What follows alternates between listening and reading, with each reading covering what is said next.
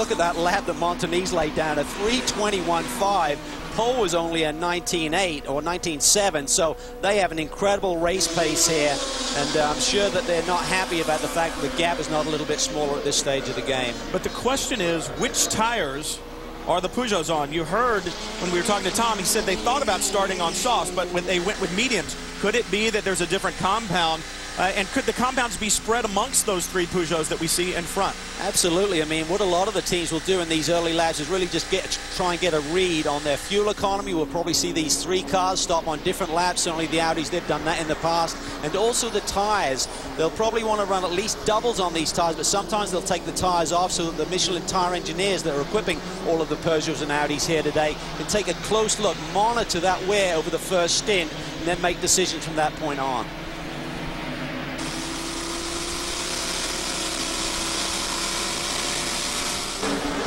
Back end of the car. Obviously, they're not pushing the cars as hard as they did in qualifying right now. But in qualifying on Wednesday and Thursday, one thing I really noticed is the back of the Audis really moved around a lot, was very twitchy. This is really a different design than we saw with the R15 last year. And the amount of testing that they've done, they did 2 30-hour tests. They've done over 40,000 miles of testing, but talking to the engineers, they're still saying they're trying to figure out what that back end is doing. And it looks like the drivers really have their hands full when they're pushing the car hard. So keep an eye on the back end of the Audis.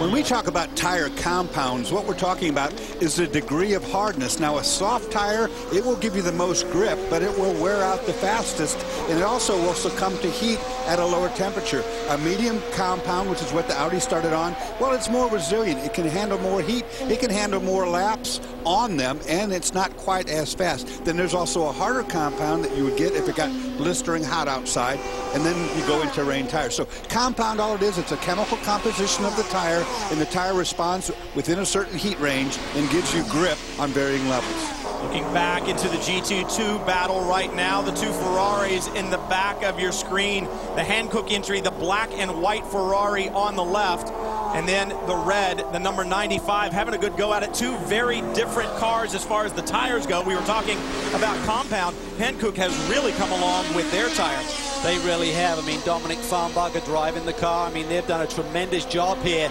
this year and coming back. I mean, they learned so much last year. The car's been really, really strong over in Europe. They've got Lee Keen on board this year. He's really developed into one of the leading GT drivers, I believe, now in the whole world. I mean, he is just such a competitor now.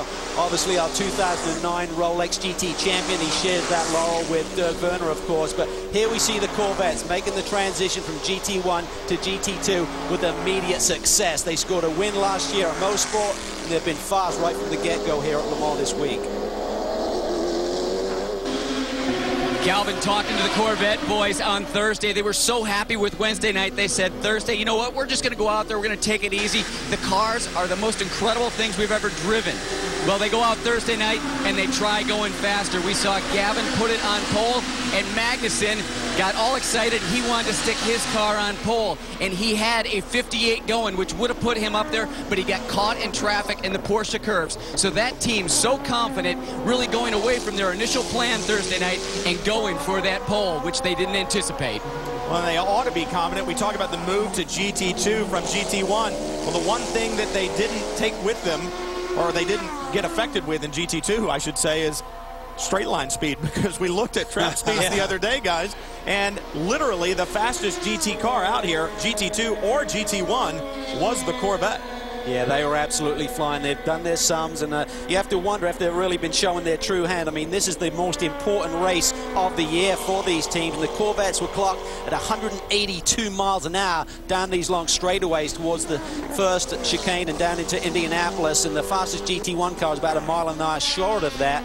You look at some of the other GT2 runners, the Porsche was at 180, Ferrari 180, BMW's 178, so they've got a lot of straightaway speed that they're not getting right now. So 182 miles per hour for the top GT, that's, you know, up against 215 miles per hour for the fastest of the prototypes. So that gives you kind of an indication of how that's going. Also, Doug Feehan, the manager of the Corvette racing team, says without question, these two cars are the best two cars that they have ever built.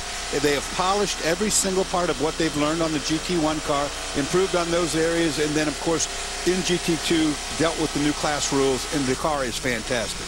Back on board with Frank Montagny and the number 2 Peugeot, understanding that the 82 Risi Competizione Ferrari has picked up 8 positions from the beginning in these first 4 laps and is 11th in GT2 right now. So a strong run towards the front and a long way to go. Justin? Brian, it was wonderful to hear you talk about those top-line speeds, but it made me realize how technology overcomes regulations, doesn't it, in every area of our sport. And when I raced back here with Viper at the end, with Eureka at the end of the 90s, we were doing over 210 on the straight in a GT2 car. But the lap times were at least 2 or 3, 4 seconds slower than they are now.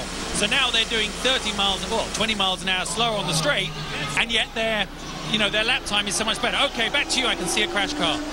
Oh, Mansell there, he's got turned around. Was it a tyre go down? You can see he loses it there. I think that's the run down to Indianapolis. There are tire chunks, or at least debris chunks out there, and we see that skid mark from way up. Remember, Nigel talked about to our Andrew Marriott that the car had some problems with a braking engine frame. Maybe something broke on that car, but that is a big hit. That is very fast. Probably in that car approaching 200 miles an hour on the run. Car looks in pretty decent shape. I think it's, here we go. It's already done its damage. It's spun. It's going to contact the barrier here. Left rear looks like it's down. Left rear wheel looks broken, and it could have been from the contact on the other side of the road. I agree with you, Calvin. It looks like from the run from Mulsanne Corner down towards Indianapolis is where the problem has taken place. Very fast. But you could tell by the skid marks on the road that that accident started way up that road from where he ended up. GT traffic now coming into play. Montagny right behind Lamy. That's Pedro Lamy in the leading Peugeot right in front of Montagny. And you can see now the traffic is really getting thick. 55 cars out here. And when you start working GT traffic, the closing speed, the cornering speed becomes intense. And I tell you what, these boys are passing this GT traffic with yellow flags waving. I mean, we saw Lamy definitely pass some GT2 cars there with yellow flags in the background.